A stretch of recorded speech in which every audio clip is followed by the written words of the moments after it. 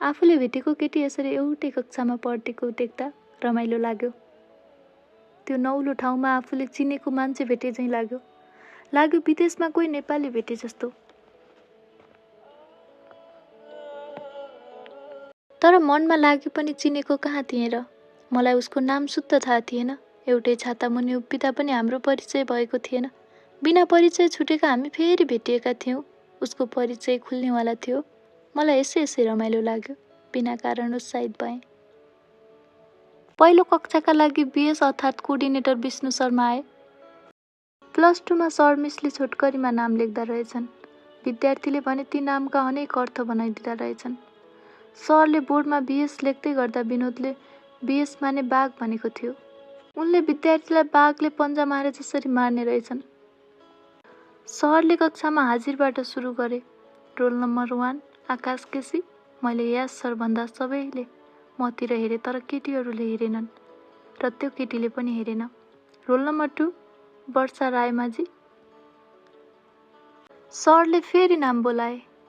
सबै केटाहरूको नजर केटीको बेन्चतिर गयो। मैले पनि हेरेँ। दोस्रो बेन्चको बिचमा बसेको केटीले मसिनो स्वरमा प्रेजेन्ट सर भने। उसको नाम पनि थाहा भयो। म किन खुसी भएँ। सायद यदि लामो प्रतीक्षा प्रस्ताव नाम थाहा भएकाले होला। रोल नम्बर पनि सँगै पढ्दा अचम्म लाग्यो। तेस्रो कक्षाभन्दा अगाडि 15 मिनट ब्रेक हुँदो रहेछ। पानी खाने र टोयलेट जानेको लाइन हुँदो रहेछ। तेस्रो कक्षापछि लन्च ब्रेक भयो। भोक लागिसकेकाले हामी तीनैजना छिटो डाइनिङ हलमा पुग्यौँ। त्यस दिन तरकारीमा टन्न झोल भएकाले गेडागुडी रहेछ। त्यसैले दाल थिएन। दाल नहुनुमा कुनै दुःख पनि लागेन। अघिल्लो रात खाएको दालले दाल खाने रहरै हटाइसकेको थियो। विशाल र म गम भात खाँदै थियौँ। केटीहरू पनि लाम बसेर भात खान आइपुगे। मेरो नजर त्यतै गइहाल्यो। उनीहरू थालमा थोरै खानेकुरा राखेर अगाडिपट्टि खान थाले। लाग्थ्यो उनीहरू केटाको अगाडि लाज मानिरहेका थिए। नत्र अरू के कारणले कुखुराले पनि थोरै हुने जति भात खान्थ्यो होला र।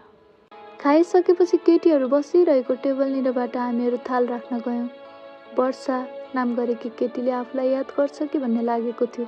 तर ऊ साथीहरूसँग गफमै व्यस्त थिए। सायद उसले तबसम्म मलाई देखेकी थिएन या छाता मुनि ओत दिने मान्छे मै हुँ भनेर थाहा थिएन। नत्र उसले कुनै प्रतिक्रिया जनाउँथ्यो होला मलाई लाग्यो। चौथो कक्षामा अङ्ग्रेजी पढाउन मोहन सर अर्थात् मोहन सिलवाल सर आए। उनले भने सबैको परिचय लिए। सुरुमै उठेर परिचय दिँदा अप्ठ्यारो लाग्यो। रोल नम्बर 1 भएकोमा पहिलो पटक त दिक्क लाग्यो। म पछि वर्षा उठी उसको ठेगाना काठमाडौँ बताई।